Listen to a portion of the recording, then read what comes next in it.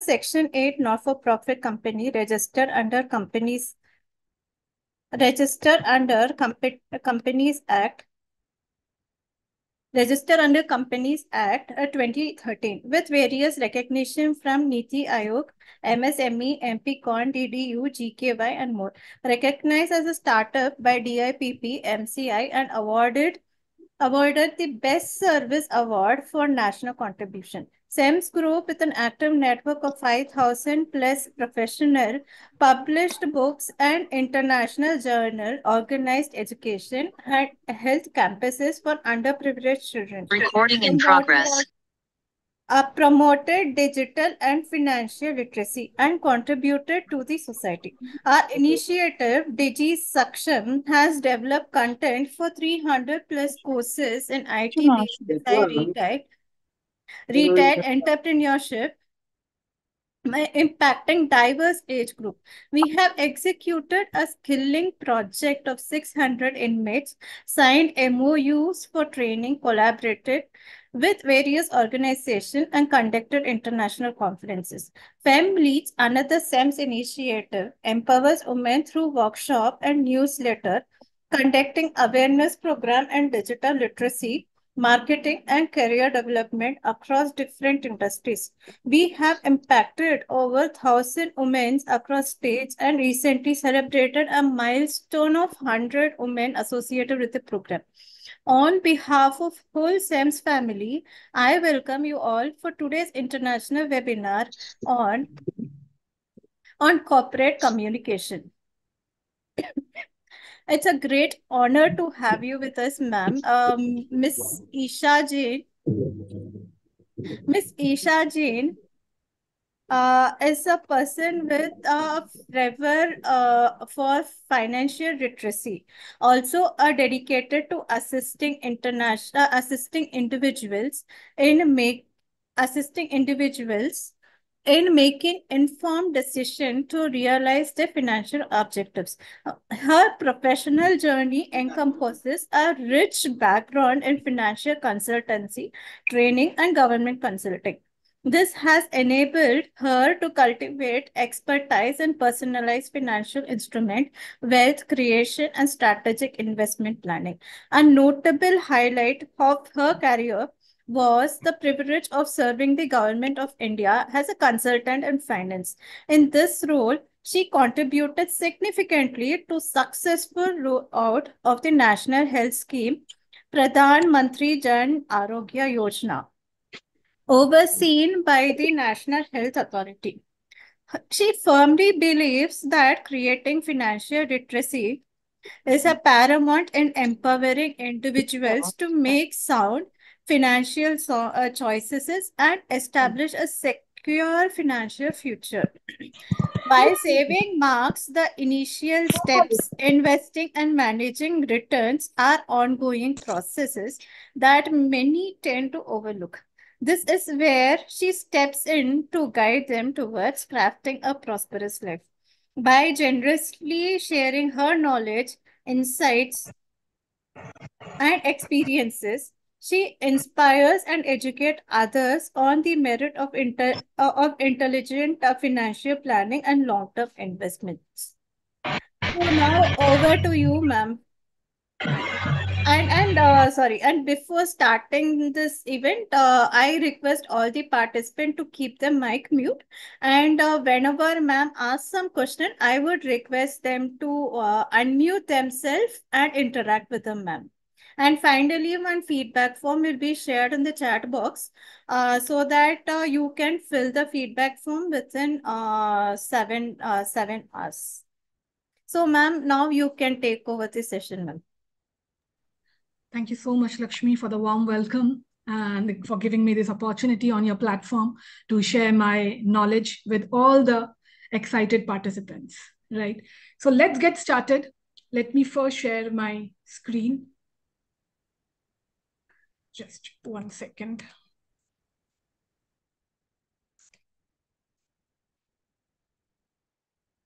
And let's keep this session interactive, engaging, right? It's all about communication. So let's practice that for the session itself, right? Okay, so I hope the PPT is visible. Yes, it is, ma'am. Yes, ma'am. Yeah.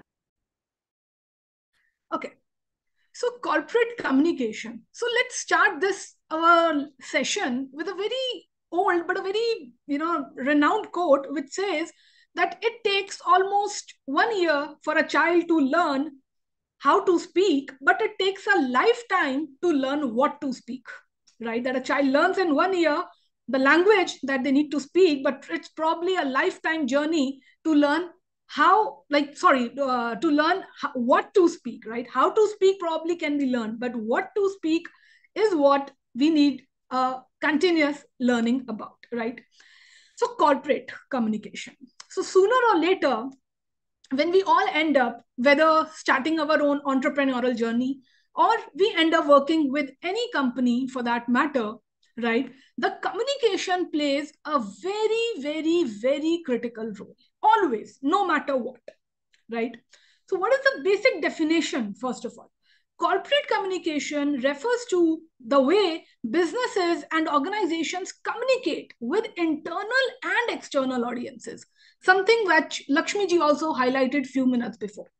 So communication is not just within the company, it has to happen outside, external audiences as well, like customers and potential customers, right? Then employees within the organization, the communication within the employees, whether it's an upward communication or downward. What is upward? What is downward? We are just going to explore that in few minutes, right? But to employees, to the team members, the communication becomes extremely crucial.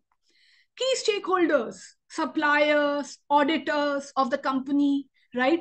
Investors, external investors, which are putting money in the company for its growth, they are also the key stakeholders, and communication needs to be done with them in as transparent fashion as possible.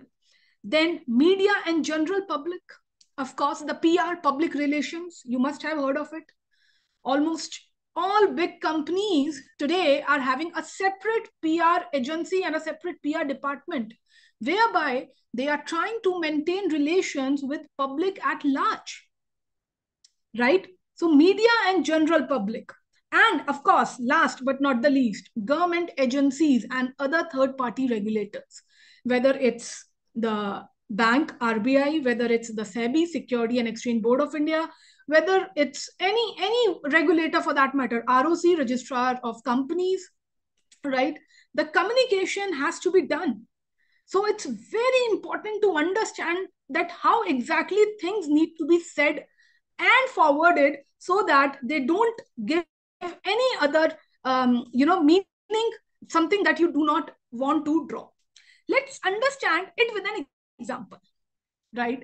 A recent case study, which is a complete case of miscommunication with public, right? Slowly and gradually, let's first understand that what impact can a miscommunication have. Then probably, slowly and gradually, automatically, we will be able to understand the importance of refined communication, right? So now, how many of you have heard of this medicine, Coronil kit? Yes. How many of you have heard of this? Coronil kit. Participation, please. None of you, should I assume none of you have heard of this before? Okay, good if you haven't, right? It's actually good if you haven't heard about it. So what exactly was Coronil kit? So basically in COVID times, right, we all are familiar with in early 2020s when the COVID wave hit, Patanjali Group, right?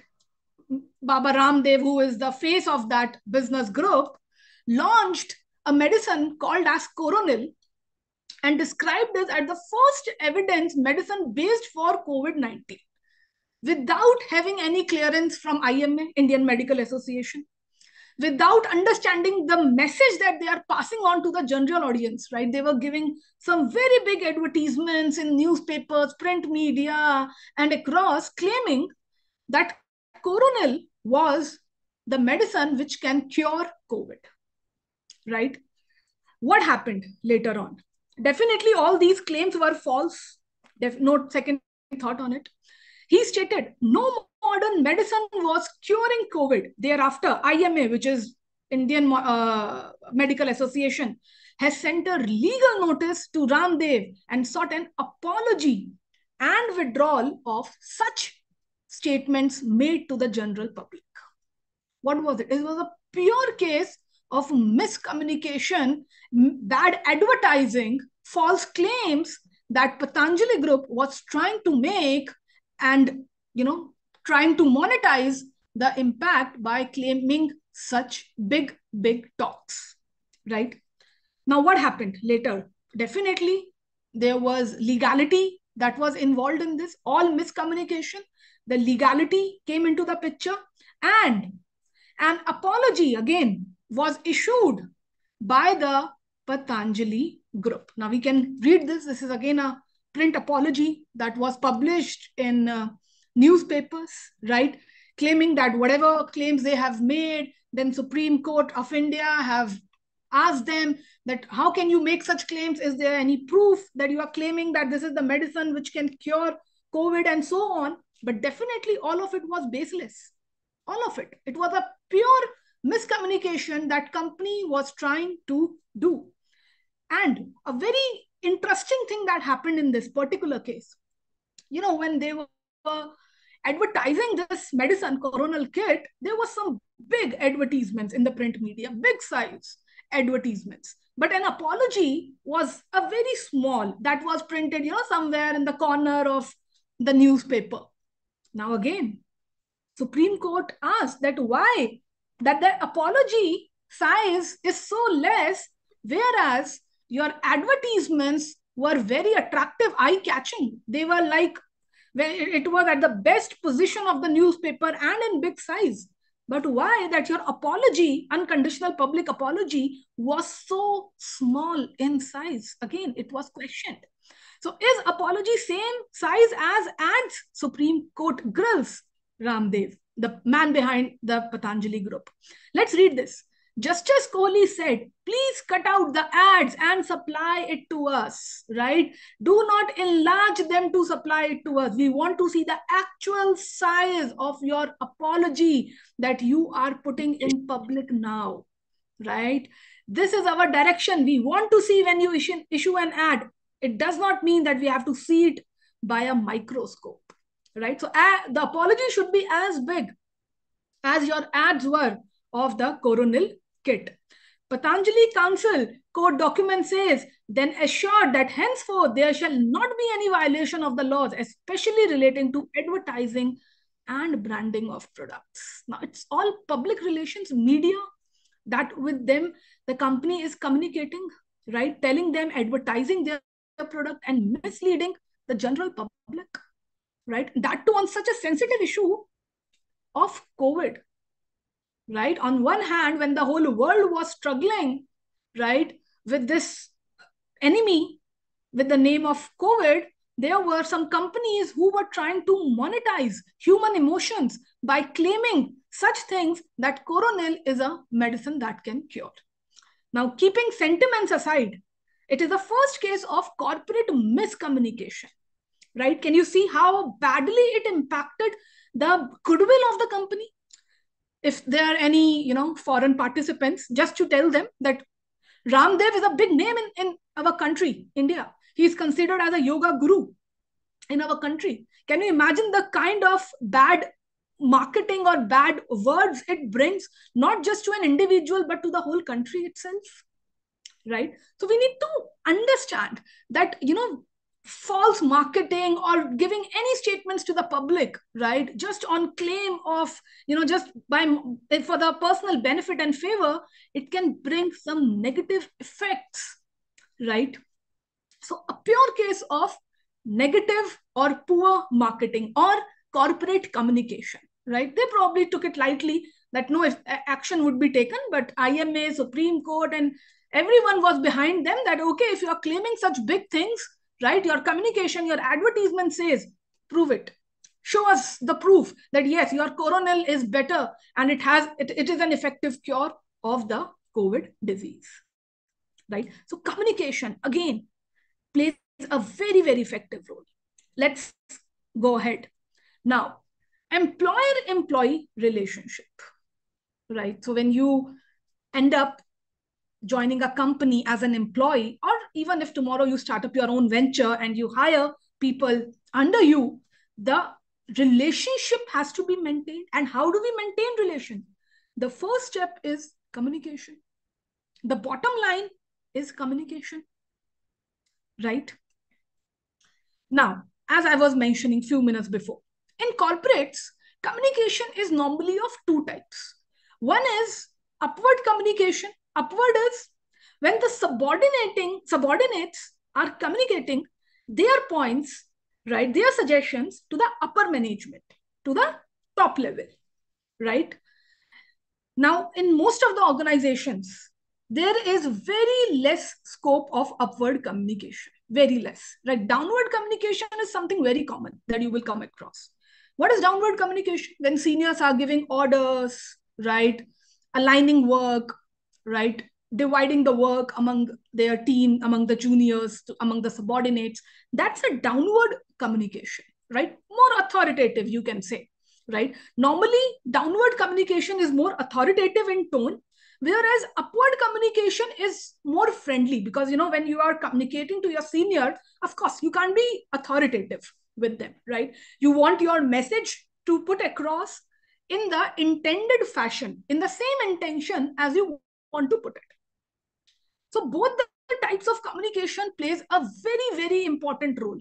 It's not just the upward communication that can, you know, bring more value to the company, but effective downward communication where the seniors are communicating with the subordinates is of prime importance, right? Now, again, let's understand it further. Benefits of clear downward communication. First, it increases the employee engagement. See, very simple. A subordinate is as good in doing the work as good as the senior is in delegating it, right? Those who are working in corporates already must be able to align with my thoughts that a subordinate is as good in executing his or her work as good the senior is in delegating and communicating it.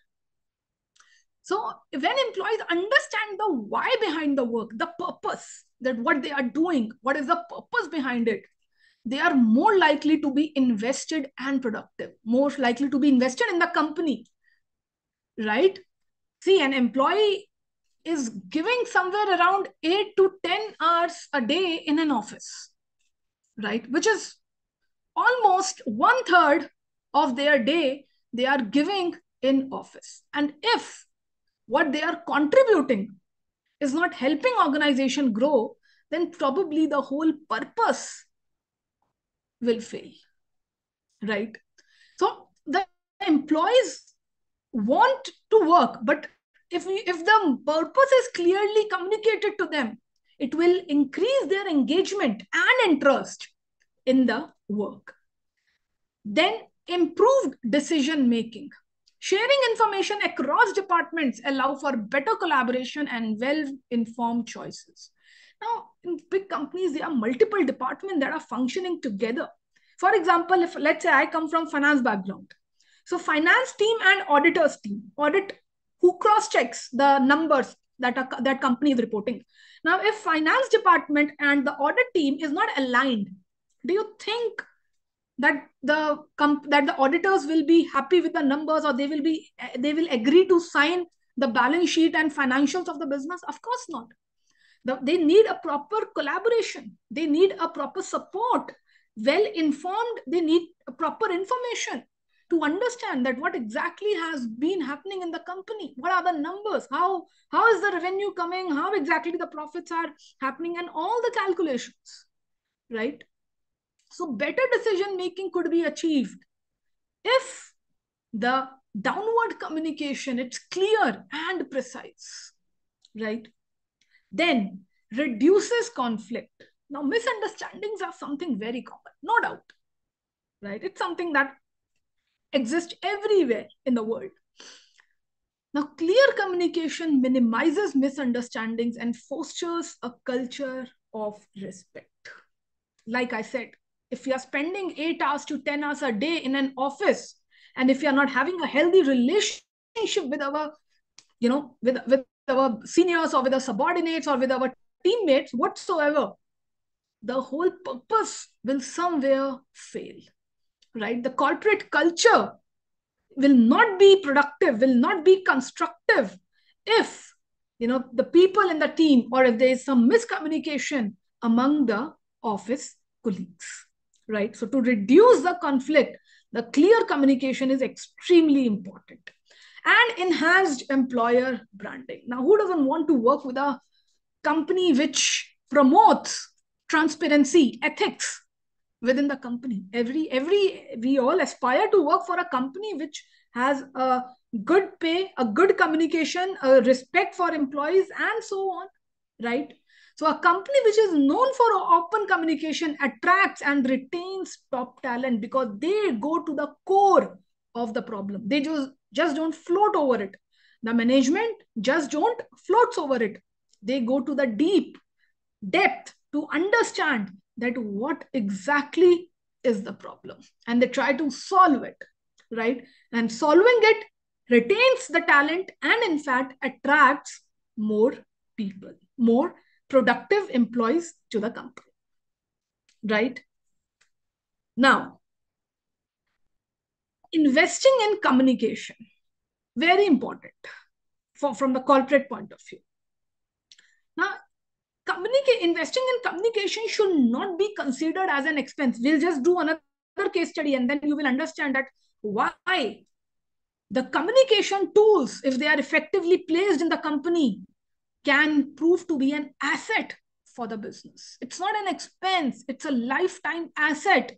If company is building the platforms where employees can come and open up about their suggestions, about their feeling, about their feedback whatsoever, down the line, see, we all are humans. We are not robots. We all are humans, right? The thing that connects all of us is at the heart. And if you are able to pour it out, if you are able to communicate, as simple as that, with our bosses, with our colleagues, with our team members, that see, this is what we've planned to aspire, and this is how we can do it, right? 99% of the organizational goals can be achieved. 99% of the organizational goals. On basis of what? On basis of effective communication and transparency. See, frankly, even if an employee wants to, communicate, highlight their concerns, give the suggestion, if the company is not promoting it, if company is not welcoming it, sorry, none of them, no employee will be able to, bring the change, right?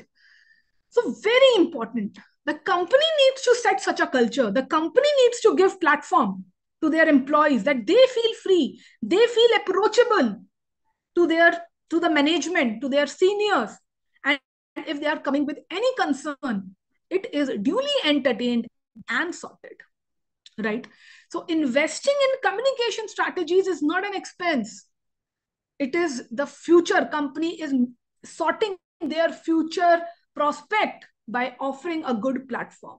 By prioritizing clear, consistent, and two-way communication, the company can build an engaged and successful workforce, right? And remember, strong communication is not the cornerstone upon which a thriving organization is built, right? It is that cornerstone which is the foundation of the company, which is the base of the company. And if the foundation would get hit, definitely, very likely, the company will collapse.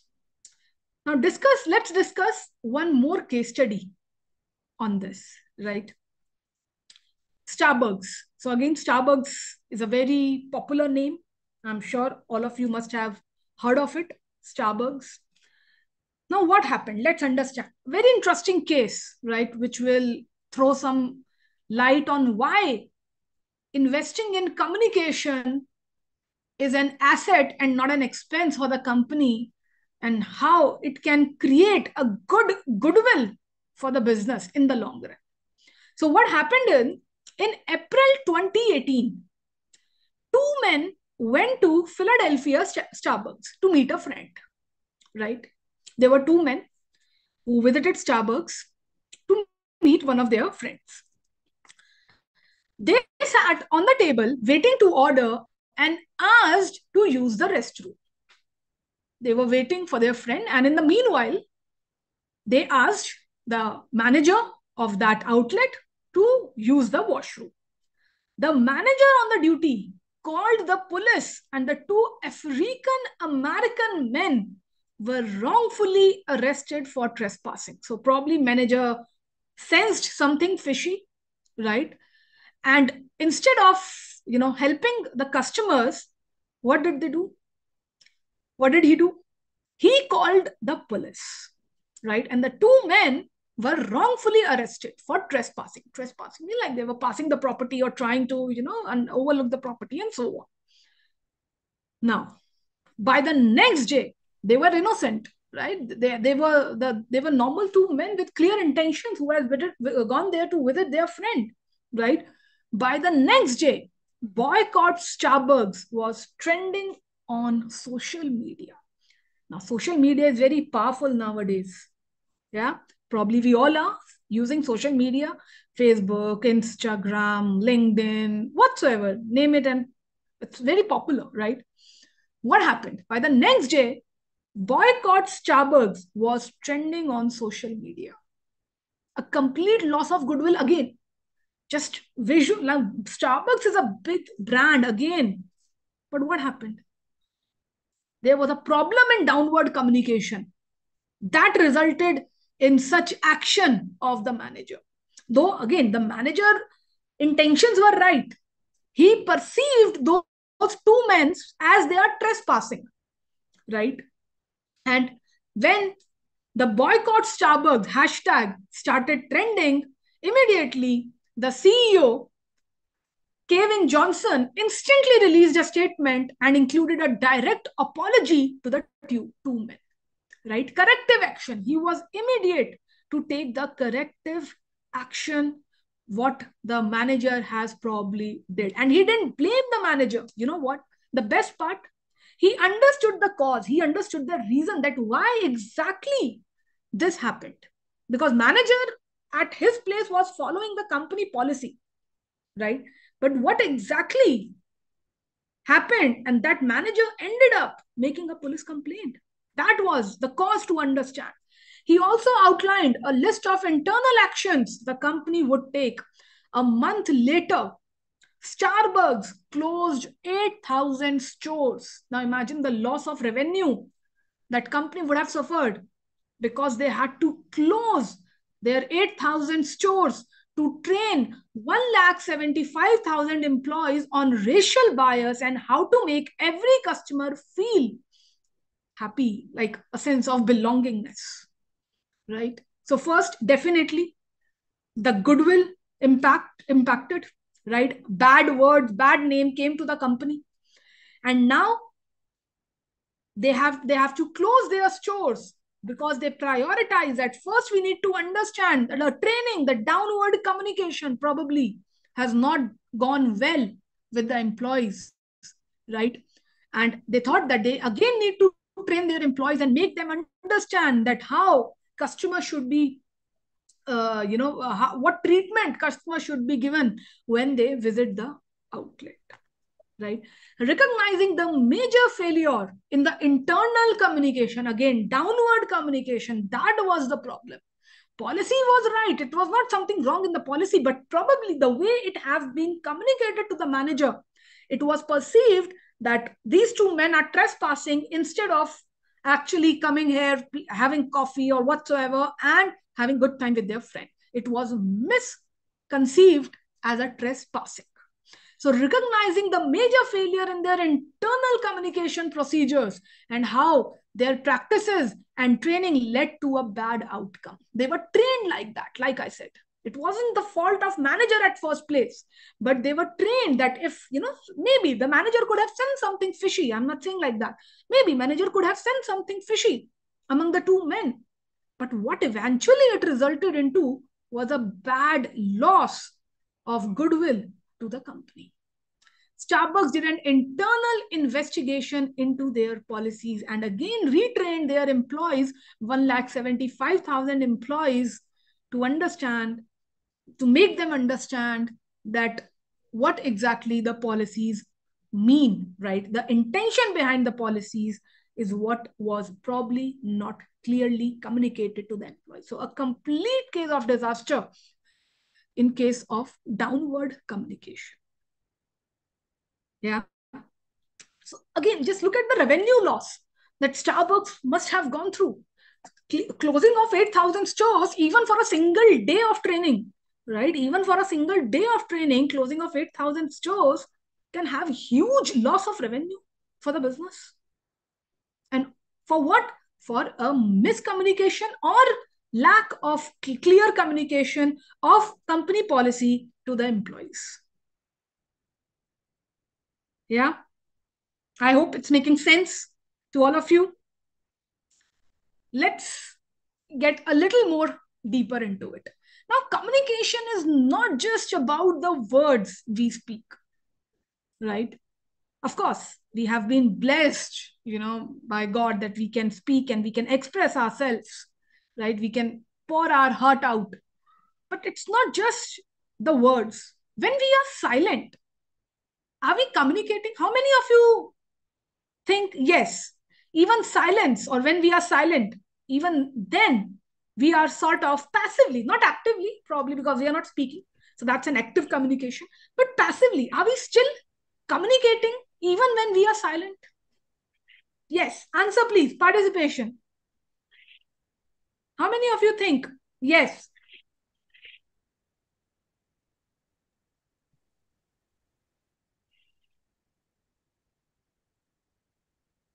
Answer, please. Participation, please. Yes, ma'am. It Yes, may ma'am. be. Okay. So let's When we hear are it from silent, Saurabh first. we can we can communicate through our facial expression.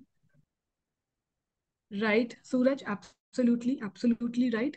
And I think someone else was Silence is also also a form of communication in which we want to make some another person feel something, but we are not directly verbally communicating it. so smile, right? Of course, of course. So we have so many emojis. We often use them when we are, talking over a WhatsApp or on Facebook comment section. So many emojis are there: smiling, right, laughing, sad, crying, and so on.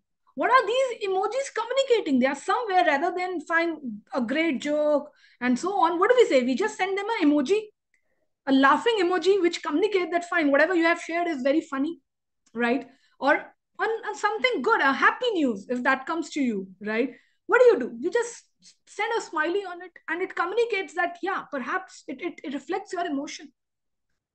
So being silent, your body language speaks a lot, right? Even when you are silent, your body language is still active and it is talking with people around. Let's understand it a little more with an example. Smile is also a communication, right? It conveys friendliness and approachability. So, what does it communicate? First of all, friendliness and approachability, that we are approachable. You can come to us, you can contact us, right? You can discuss matter with us. And of course, the friendliness. Yeah. Then it enhances trust. It builds the relationship and it enhances the trust factor. I'll share it personally. Yeah, my personal example. On the first day, what happened when I was pursuing my MBA, I was a little late in joining the college, right? So I didn't join on the first day. It was after a week that I joined my college, right? So I was little, nervous that, it's already been a week and, the social groups must have been made. People must have recognized their friends, the groups. And I just thought that I might end up being alone for a while and so on. But the only tool I used was the smile. Believe me, this is coming from my personal experience.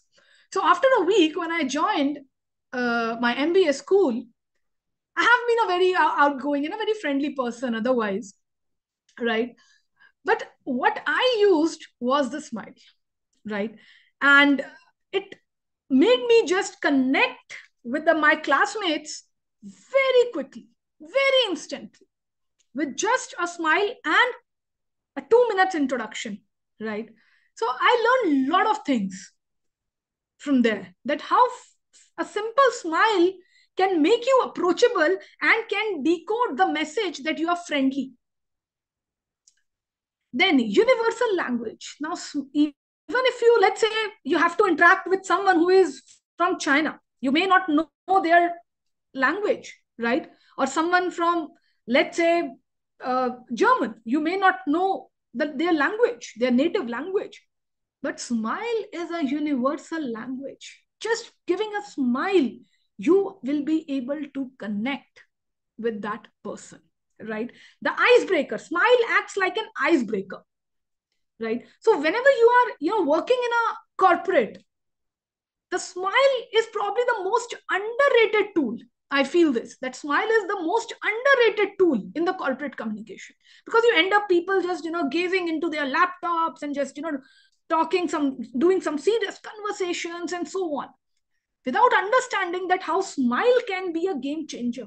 Just a simple smile to your colleagues in the morning, right? Not throughout the day, but a quick smile in the morning before you start your day, right? A good smile to them, a happy smile to them. It will make your team members, your colleagues, right? They will be able to approach you. And somewhere the message that will go is that you are a happy-go-lucky person. So it's a universal language. When you see a small kid, right, or a baby, you just laugh looking at that baby, and that baby responds to you. He doesn't understand that whatever you are speaking, that baby is not going to understand your words. But just when you pass a smile to him or her, that little baby is also going to laugh out loud. So that is what the smile actually does for a person. So it's a universal language, and a very kind language as well. It somewhere shows your kindness towards the audiences. Initiates a conversation. Like I said, it's a great icebreaker, right? So if you want to initiate a conversation with anyone, smile is the stepping stone. Just give a sweet smile to them, and probably you don't even need to initiate. The other person would probably come on their own and would like to have a word with you, which appears to be a happy person, right? So smile is a very effective tool, and very often it is underrated. Try to use it maximum at your workplace, at your college, at with your family functions, wheresoever you are. Smile can actually be a game changer. Now, which one will you prefer in the two? Definitely the second person. What is he doing extra? Just smile on his face, making all the difference in the approach. Can you see now? Can you feel it? That how smile can change the outlook, how smile can impact your personality. Nothing. This guy is doing nothing in second picture. He is just smiling, just smile on his face, and he appears to be a friendly and approachable person. That's it. Nothing, no words uttered. But still, this person will probably be, you will be more happy talking to him rather than speaking to a person in first image. That's the difference that smile brings in real world. Now, three-phase approach for employees. Now, for all the new beginners, right, who are, on the verge of entering the corporates and are very new to it, let's understand. So I personally feel I have divided into three parts.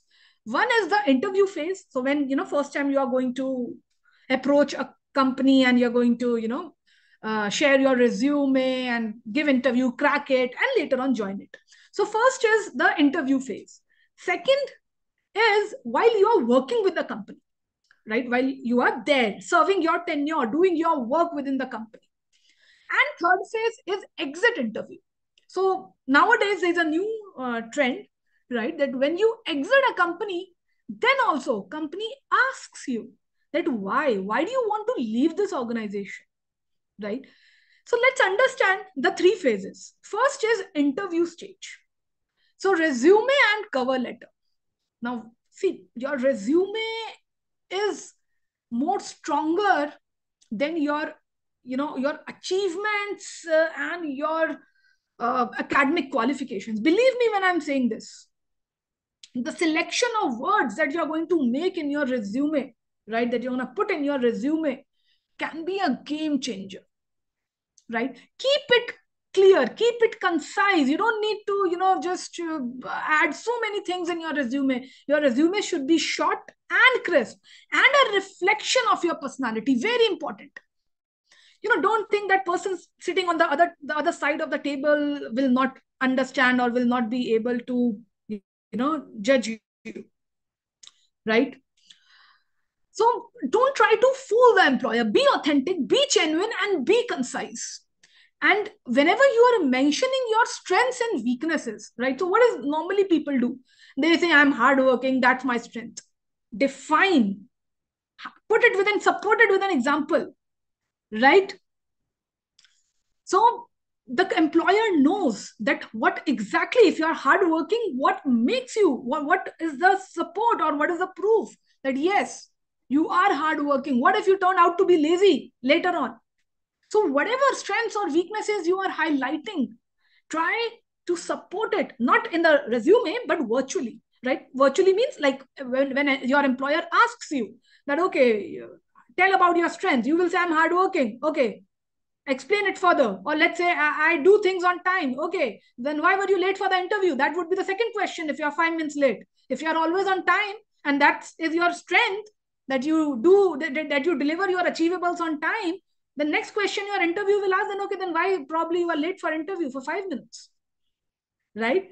So you need to understand. See, we all are having certain weaknesses. It's not about that. But if we try to cover them, then probably we will somewhere fail in doing so, right? So be open about it. Then, interview preparation. Practice effective verbal communication, active listening, and articulating responses with confidence and clarity. Now, when you are going for an interview, it's a two-way communication, of course, right? The person sitting on the other side of the table is going to ask you not just professional oriented questions, but they will also try to understand your personality, that does your approach or your mindset fits into the company culture or not. So be open to it. Tell what you believe, right? Read the JD, job description, very important. You must read about the JD and prepare for your interview accordingly. Demonstrating an understanding of the company's value, culture, and industry trends, and aligning one's communication accordingly, right? So your resume should be short and concise as much as possible. When you are preparing for your interview, try to understand, try to keep it surround the job description, that what exactly are your requirements, the company's requirements, and how you are in a position to satisfy it, how you are the best candidate for the company looking for such requirements, right? And about the company's culture, values, industry, if you will read all about this and you will share your information with the interviewer, very likely there are high chances you will get selected. Now, this is when the interview stage, the first stage. Now, let's say you have been shortlisted and now you are working there as an employee, right? The first thing, active listening. Very important. Most of the people, and it is very common in corporate, right? They just don't pay attention to what is being communicated to them. And later on, they run behind their teammates to confirm that what was said, what was the message, and so on. Now, that's something completely unprofessional. So pay close attention to what your managers are communicating to you verbally and non-verbally. Like I said, the body language has its own language, right? And ask questions. Now, if you will ask the questions, in case you have any, of course, you will be able to ask if you are an active listener. and you have missed something or you have not understood something. Asking questions will give a very good message to your manager that yes, you are paying attention, and that is why you are having doubts around it. So active listening, extremely important. Clear and concise communication. Express your ideas and requests in a way that is easy to understand. Avoid jargon and over technical language. Now, let's say you are from the, I'm from the finance background, right? More or less. Now, if I just, keep on speaking on the financial terminologies, if I keep on using that, the financial terminologies, and if someone, let's say I'm talking to someone from an IT background, will my communication be effective? Not at all. Not at all. In order to make my communication effective, I need to use less complex words and more of the language, a layman language that could be easily understood, right? Then professional communication. We will also discuss email etiquette in few minutes. But your communication, especially written, right? Because everything written gets documented. We are not living in an era where paper, pens are being used. You are sending emails and they are as documented, proper, right? So it's important to use formal tone in emails to executive. You're not having a word with your colleague, with your friends or with your batchmates. There's a proper corporate culture in which you are doing your work, right? And everyone is coming for that common purpose. So your approach should be friendly, but professional. And there is a thin line between the two. Being friendly and being professional, there is a thin line that you have to draw and maintain. Then providing feedback constructively. So constructive feedback is basically what you need to do. If you have concerns or suggestions, voice them constructively and professionally. Like I said, it's not that no one is asking you to submit your suggestion or to put your point, but more constructive or more professional you will be, very likely that they will be entertained and sorted. If you are not keeping a professional tone in them or a professional method in them, very likely they will not be entertained and they will be straight away rejected. So focus on solutions, not problems. Everyone can count the problems, right? But if you are more solution oriented, very likely, along with the problem, if you can also offer a solution, then very likely that problem will get sorted instantly, right? Otherwise, there are thousands of people who are submitting their problems in the company, but if they are not able to provide a solution to it, then fine, as the management feels like they will provide solution as and when they have time and they want to actually do it, right? So if you're going with the ready solution, very likely you are going to get an instant solution or a quick solution, not even if it is not even instant, a quick solution to the problem that you are witnessing. Now, exit interview, leaving a positive note. Now, see, when you have been working in a company, fine, we all change companies, we move upwards in our career ladder and so on. The professional network we develop from day one is highly going to help you in times to come, right? It is of so much importance. The networking today, again, is so underrated. I see, again, believe me when I say this, I've worked with banks, I've worked with government companies, I've worked with Canadian MNCs, I've worked with US MNCs, right? Now I have a group of networks. I come around about 10 years of experience in corporate. So I have a group of, my network where the US MNC, Canadian MNC, government offices, banking employees, right? My colleagues. If I have any banking problem, 99% of the cases I'll get it sorted over a call, because I'm still in touch with my colleagues, right? I left that company on a happy note. I didn't bitch about them. I didn't speak bad about them, right? If I have any government department work and I have less knowledge, I want to understand it a little more, or I need someone who can guide me, I call my colleagues from the government department. I ask them that I need to get it done. Kindly explain me the legalities involved in the matter. And very likely they will connect me to that desired person. I'm not saying that my work will be done quickly or something. But what I'm trying to say is that I will quickly get the solution to the problem. Right? Why? Because of the network. When I leave any organization, I never leave it on a bad note. Never. I'm in touch with my ex-colleagues. I'm still, socially connected with them. And we all meet, often discuss, and we all actually have helped each other in the growth of the career, each other's career, right? Similarly, if they need any of my assistance, I'm there, right? In personal finance, in investing, in any other thing, soft skills and etiquette training, anything. If they need my assistance, I'm going and I'm delivering the sessions, and I'm taking up the task, whatever I have been assigned. Yeah. So we need to understand that leaving an organization is not a problem at first place. No one is going to ask you that how dare you leave our company. But they will ask, but they need to know that why exactly, what led you take this decision, and is there anything that we can improve as a company, or is there anything we can do to retain you as an employee, because we value you a lot, so we want to retain you in our company. Is there anything we can do to make sure? So from that perspective, these exit interviews are aligned. Let's get a little more deeper into it. Honesty and transparency. So when you are, in a exit interview, again, be honest and be transparent. Tell your genuine reasons, whether it's a better payout that you're getting somewhere else, or if you feel that you are stuck in the company and your growth is not happening, you are not able to learn new tasks, and somewhere you think that your growth is stuck. Be genuine to it, right? But try to avoid that finger pointing.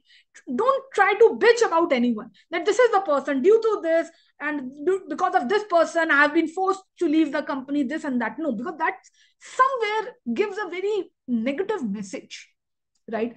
That how can another person, though it may happen, I'm not saying it might not happen, it could be a real case, but I don't think that just a single person can provoke anyone so much that they leave the company. There are probably multiple scenarios that lead to it, right? So try to avoid that finger pointing on anyone, but at the same point of time, be honest. If you think that ever you were mistreated by your senior, be honest about it. It's not that you need to talk all good about the company. No, be honest. If you ever felt that I was mistreated by my seniors, and or there was some biasness and anything, right? Maybe the company can offer you a solution at that point of time and can retain you.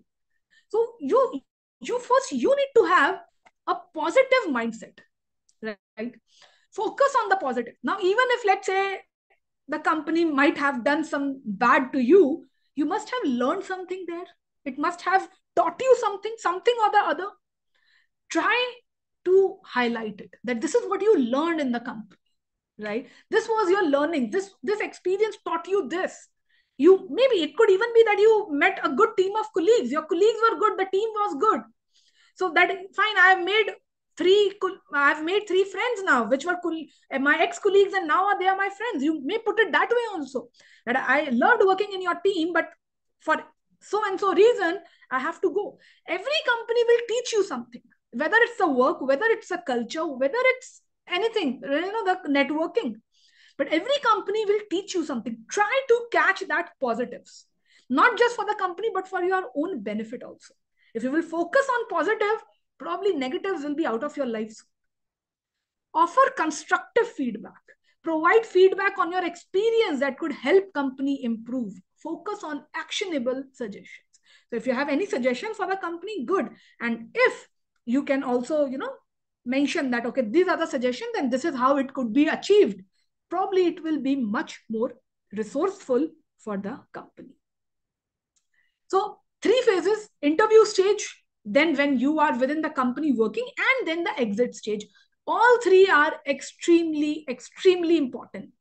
I can't say that exit interview is not important. No, because the way you leave the company, right, in future, whatever company you are joining, there will be referral, there will be references, and so on. And even if your ex-manager is talking bad about you, believe me, it is going to impact your career ladder. So always leave on a good note.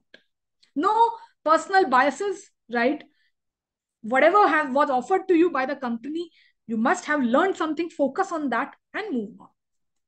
Now, email etiquette that I was referring to. Now, email is a very critical part of communication, right? Verbal is one, and like verbal through personal verbal communication is one, non-verbal is one, and then we have the written communication. First, clear and concise subject lines. Keep your subject lines very clear and concise, as much as bang on to the body of the email. That whatever is there in the body of the email, if the reader can get a sense of it from the subject line itself, nothing is better than that. Then be concise to the point, right? Even the body of the mail should not be very elaborative, should be sufficient enough to explain the matter. Introduction and greeting, very important. Don't just start your mail like that. First, if you are new to them, first introduce yourself, that why, who are you, right? And a greeting whatsoever, right? I hope this email finds you well, or a good morning, I hope this email you read with a smiling face, something like that. Always add a greeting to it. Use proper formatting. In a professional culture, you have to be particular about the formatting. Professional tone and language, the selection of words, right, is very crucial in the corporate world. Keep your tone and words as professional as possible. Proofreading before sending, and this should be applied even in your resume. If the resumes are having some grammatical errors, right, very likely they are going to get rejected. So please pay attention. Even if you have been a topper in your college, in your university, and you have some grammatical errors in your resume, there's a high possibility that they are going to get rejected. So proofreading, whether it's a resume or any email, is extremely important. Respect confidentiality. In offices, right, there's a lot of communication which will be confidential and crucial, which should not be leaked out. So you need to pay attention to that, right? You need to respect that confidentiality. Reply promptly. Now, it's again, if anything is being shared with you, an email has come to you, you need to reply it as quickly as possible, right? We are not expecting you to reply on weekends, but as soon as you join your office on Monday, be quick in your response, right? Professional signatures.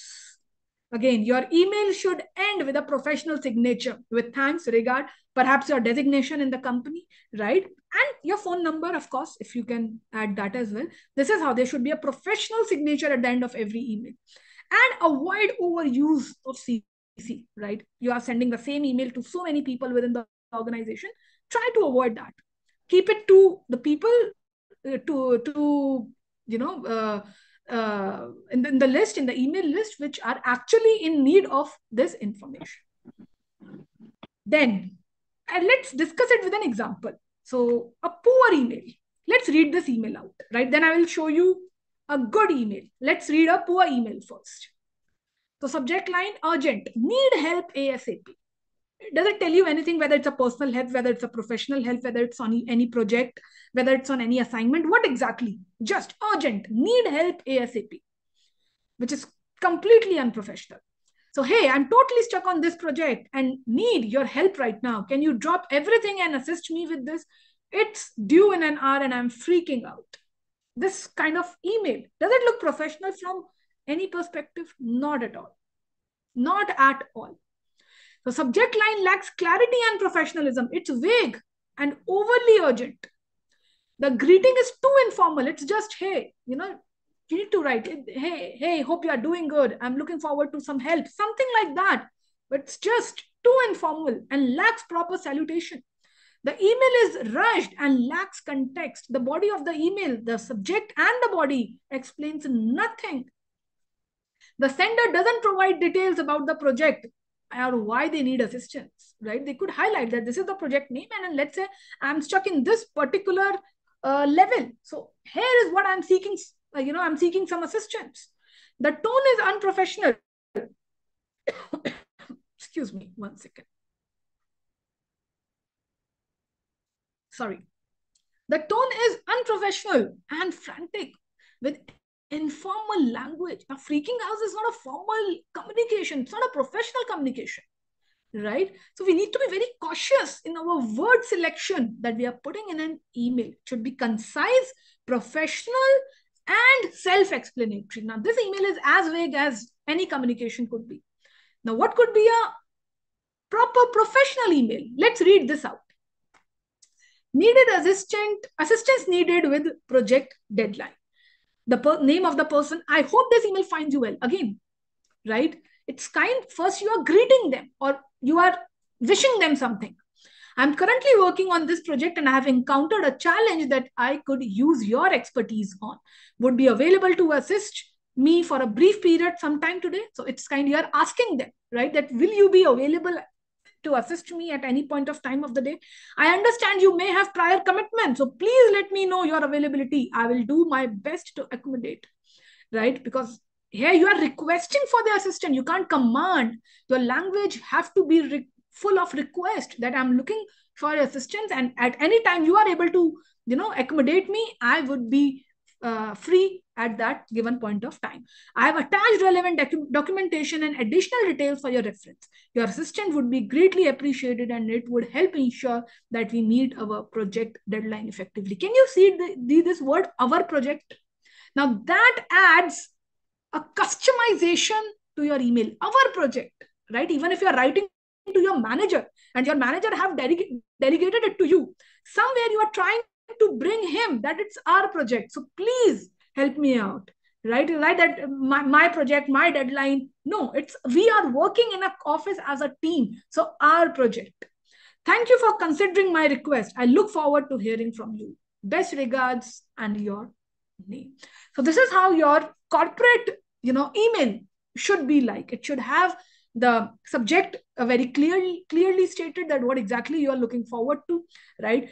It should start with greeting. It should end with your professional signature. Body of the email should be concise. Tone should be correct, right? All these features are very, very important in corporate communication. Now, this is it from my side, and I'm open to all the questions. Over to Lakshmi.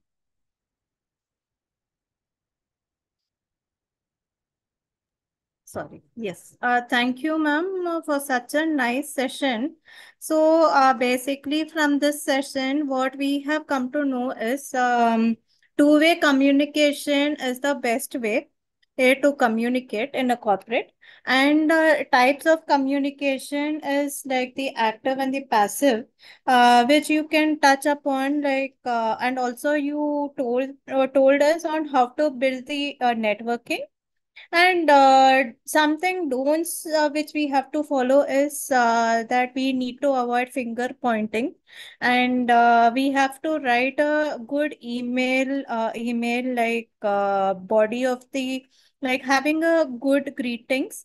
Then the body of the language, the knowledge should be in a proper professional language along with formatting.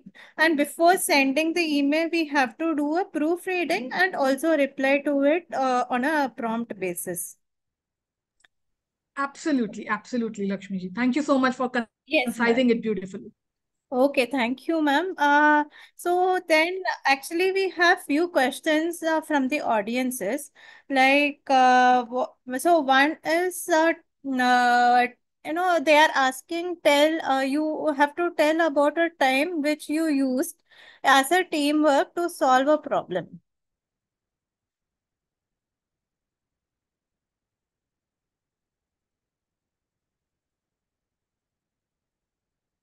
Ma'am, you're on mute, ma'am. Sorry, Lakshmi. Thank you. So yes, like I said, of course, you have to use the office hours for all your meetings and everything. And like I quoted, no one is expecting you to reply on your email on Saturdays and Sundays, right? But yes, the day your office is there on Monday, the first thing you need to do is look into your mailbox and reply should also be as per the urgency. If you are, replying the non-urgent mails first and then priority emails are finding time later on, that's also not something that you need to do. So timing within office hours, ideally, right? But yes, if something is too urgent, I can understand it may happen. Then again, keep your tone not authoritative. Request your, even if it's a subordinate, request them that, see, the whole team needs you, office needs you, and it's something that we need to submit. This is the deadline. So I request if you can give some more time beyond office hours. So I'm sure no one is going to deny for that. Okay, ma'am. Thank you for answering it. And one is from the Zoom chat box asking, during a hiring-based interview in MNC or PSU sector, is body language with proper speaking way effective? Definitely. In fact, I would like to add one very important feature here. Nowadays, it has become quite a trend that in the interviews, we just don't have, the manager taking it, but along in the panel, there is normally also a body language expert. In most of the interviews you will come across, whether it's an MNC or a government company, a body language expert is normally a part of the panel. So they are not going to, ask you professional questions, because that is not what their expertise is. But from your body language, right, from selection of your words, they are going to make your personality trait. They are going to understand your personality trait, and then they will also submit a report on you to the company. So this has become very important nowadays, of course. Okay, thank you, ma'am. One more question is again from the chat box. How can artificial intelligence be leveraged to enhance corporate communication? Perfect. So yes, AI is a space, artificial intelligence is a space which is growing very fast. So see, what I personally feel is that, when it comes to AI, you can also use AI to draft better emails, right? It depends on your prompts, but you can use AI to draft better emails in email etiquettes. You can use them for drafting even your resumes. There are many platforms, AI platform nowadays, where you can build a far better professional resume than you do it otherwise. So for resume building, that can be used. For drafting emails, that can be used, right? So yes, there are multiple ways through which you can leverage on the AI in this field, in corporate communication. Okay, thank you, ma'am. One more question is, which skills help you be an effective communication specialist?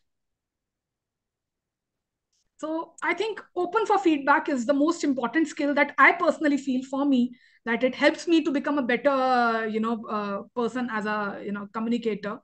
So if I'm open to feedback, in fact, post this session, again, I'm going to have a 2 minutes word with Lakshmi to ask that how exactly did you find the session and how was her feedback. So I think open to feedback is something that makes me better day by day, right? From each session to each session, and polishes me. So even if Lakshmi says, ma'am, it was not a good session or something like that, I am going to take it very positively, that okay, fine, she's telling me, so probably she is going to also tell that okay, these 2-3 points is what you could improve. And let's say if she says that it was amazing, then I'm going to ask her that okay, what were the highlights of the session that she would like to share. So for me, it would be the feedback. Yes, ma'am. Sure, ma'am. Yeah. So thank you, ma'am. One more question is, are there any specific tools or platforms you recommend for enhancing team communication and collaboration? Tools and platforms, no, but yes, what one thing I would suggest is the use of the use of LinkedIn. I think LinkedIn is a very effective platform, and it is again often underrated. People are spending their hours on Facebook and Instagram scrolling all unnecessary information across the world. But LinkedIn is one of the platforms that can be leveraged, right? And it can help you in getting jobs, and can help you in promoting your business. So I feel LinkedIn is one of the platform which can be used for in this field, corporate field. Yeah. Okay, thank you, ma'am. How far is a constructive criticism helpful in a team? See, again, I would say that it depends on the manager, right? If a manager is building a positive culture in the team, see, on daily basis, you are not going to interact with the CEO, you are not going to interact with the MD of the company. You will be interacting your teammates and with your manager. That is something you will do on regular basis, day-to-day basis, right? So manager is the one which actually is going to curate the culture within the team. So when he gives feedback, or if any of the team member colleague is also giving you feedback, and the manager is taking it on a positive note, so probably the same culture will be built in your team. So manager plays a very crucial role. Your direct reporting manager plays a very crucial role in this. Okay, ma'am. Thank you. So one more question. Sometimes we encounter emotional situation with co-workers. How to draw your boundaries without offending anyone? That's a very interesting question. In fact, that has happened with me as well. See, what happens is after a point of time, your colleagues end up becoming your friends, right? And especially once you leave that organization, then you don't have any work topics to be discussed. It's all about the personal life and, so on and so forth. So how to draw that line is something that, I'm still learning. But yes, if your colleague is backing you up in certain situations, so I think there's no harm in being friendly with them. But if you ever get a sense or a feel, right, that that you are being used, or your what do we say, your hard work that you are putting is being categorized as him claiming those success, then yes, somewhere you need to be a little cautious and mind your own business rather than engaging in unnecessary conversations in the cafeteria of the company. Okay, ma'am. So one question we have from the YouTube audience. One of them is asking, how can we minimize a grapevine in a corporate? Grapevine in a corporate. So the confidentiality that I was talking about, I think it's a very important thing, because again, there's some sort of loose conversations that do happen in the canteen or cafeteria of the businesses. So see, if we start respecting each other's personal lives, because and the work life, then I think somewhere this grapevine would come to an end on its own. So it somehow be related to the previous question, when the audience asked that how can we draw a line between personal and professional. So somewhere by avoiding gossips and unnecessary conversations in the office, you can draw a line, and as well as this grapevine can come to an end. And many a times, even if other people are doing it and it comes to you, you can stop it. There's no need you to further carry it on and spread the rumors further in the office. Probably you could put a full stop to it and be an live example to that. Okay, thank you, ma'am. So now I request Dr. Sanjay sir to ask the question. Hello. I am Professor Dr. Manavalan. Madam. Hello. Yes, sir. Yes, sir. This 5 P's for communication, no? Preparing, personalizing, picturizing, pinpointing, and prescribing. It will be using for this corporate communication? 5 P's for communication can be used for this corporate communication? That 5 P's preparing, personalizing, picturizing, pinpointing, and prescribing. Yes. So definitely that can be used, right? So basically the 5 P's of communication are plan, produce, publish, promote, and practice, right? So definitely this can be used in effective communication, because if you're planning, your first step is planning. So if you're planning your communication well, then definitely the message that is intended to go forward is very likely be on a positive note. Right? Yes, prepare to fail or fail to prepare. That is planning. Yes, exactly. Yes. So if that, I feel that is the stepping stone, and if that is done well, probably the following steps would fall in place if the planning is done well.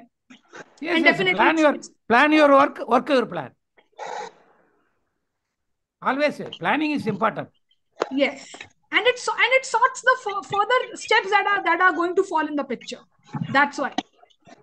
Thank you, madam. Thank you. I have shared my knowledge also, and you have given very good input. Thank you. Thank you to DIGSOM for arranging such a wonderful international webinar. They are good in arranging Excellent programs. Thank you, thank you, thank you. Yes, Sanjay sir, you can go ahead with your question, sir. Yes, ma'am. I have a question to ask you. Am I Please, sir, audible to please. you, ma'am? Yes, sir, you are. Yeah, I just wanted to ask you, to be a good communicator, do you have to have a very good knowledge of English?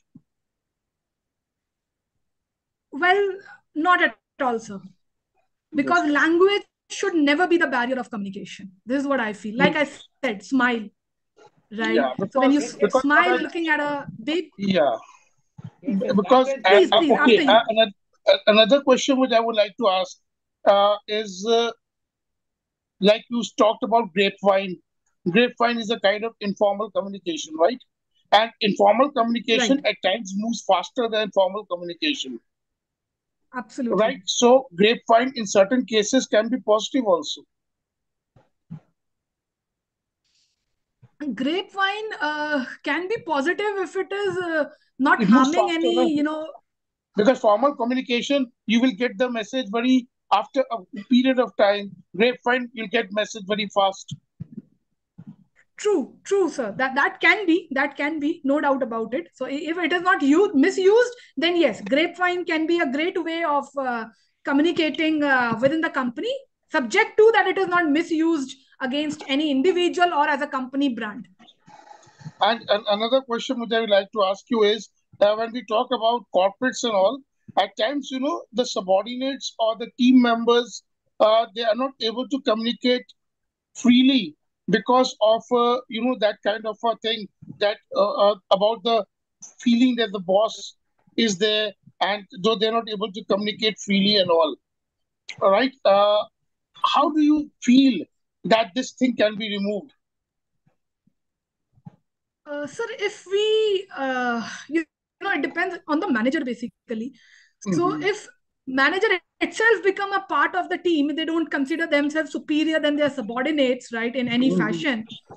So I think once they will become the part of the team, the transparency would automatically fall, and the team members would feel more secure discussing the matters among them.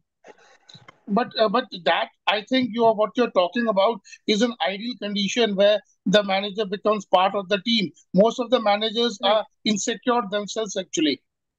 So that fear kind of a thing is always there, and they create that fear among the subordinates. That if you come up or you ask too many questions, then there is a sword dangling above you. So don't ask too many questions. Do as you are said to do. Right? And I have seen in corporates where managers, they tell their subordinates, please don't use your mind, don't think, whatever you are told, please do that. Right. So right? normally, Another last question which I would like to ask you is, as in corporates, how important is gestural communication to other modes of communication? Extremely important. Like I just said few minutes before, that normally, even nowadays, even in interview panel, you are going to find a body language expert. So the gestural communication, because the body language speaks a lot. Even if you are silent, your body language is constantly interacting and sending messages to the people, right? The way you are standing, the way you are writing, the way you are looking at things, your expressions are constantly being captured, and it gives some message or the other, right? So it's one of the very important thing, and it brings a lot on the table, and the employee who is more happy and is in a position to gel with the culture of the company, not just verbally but even through a body language, can contribute so much in the well-being of the company also. Okay, and a last question I would like to ask you. I'm sorry, I'm asking you too many questions, right? No problem. Yeah. Earlier, we used to see that the manager used to have personal secretaries, He used to dictate the letters, and that letters were taken in shorthand, and then they were typed, and the mistakes were removed. Nowadays, you don't have those kind of things. You have to draft your own communication. You have to draft your own email, right? And business email. So what do you feel is the difference in both the situations, where earlier the managers used to have personal secretaries taking down in shorthand, and then the mistakes were removed and all. Now you have to make, or you have to do own drafting. And if you're not good in drafting, will you not be a good manager? Okay, so probably when it comes to drafting, so the best part is now we have AI, right? Artificial intelligence. So somewhere we can leverage on that. We can use the tools, and we can. So we have to be good in prompts. If you are able to give good prompts, probably the AI itself will be able to draft a good email or a letter, whatsoever is required to be framed out. So that could be worked upon. And also I feel that saves time, because giving an instruction to a secretary, then she's going to draft the final version, then that will get improved. It involves 2 to 3 layers. But if a person is smart enough and they can leverage on AI, give the prompts and make the changes on their own and get the things done, so that saves time and adds to the productivity. Right, ma'am, thanks a lot. I will not disturb you more. Thanks a lot. Thank you, sir. Thank you. It's a pleasure answering all your questions. Right, ma'am. Thank you so much. Thank you, ma'am, for answering such questions. And we had, it was such a nice, wonderful session given to you. And 1.5 hours time, it passed away very quickly. And now coming to the engaging participants during the session is Suraj, Chitradeep Sen, Piyush Kumar, Saurabh Chauhan, Sai Sujita, Naina, Anurag Agarwal, Dr. Manawalan, and Dr. Sanjay Kumar Sadhana. So now it's time to open our camera and say cheese, just to make this event more memorable and more memorable. So I request all the audiences present here to please open their cameras. Ma'am, can you stop sharing the screen so that I can take a screenshot of it? Yes, definitely.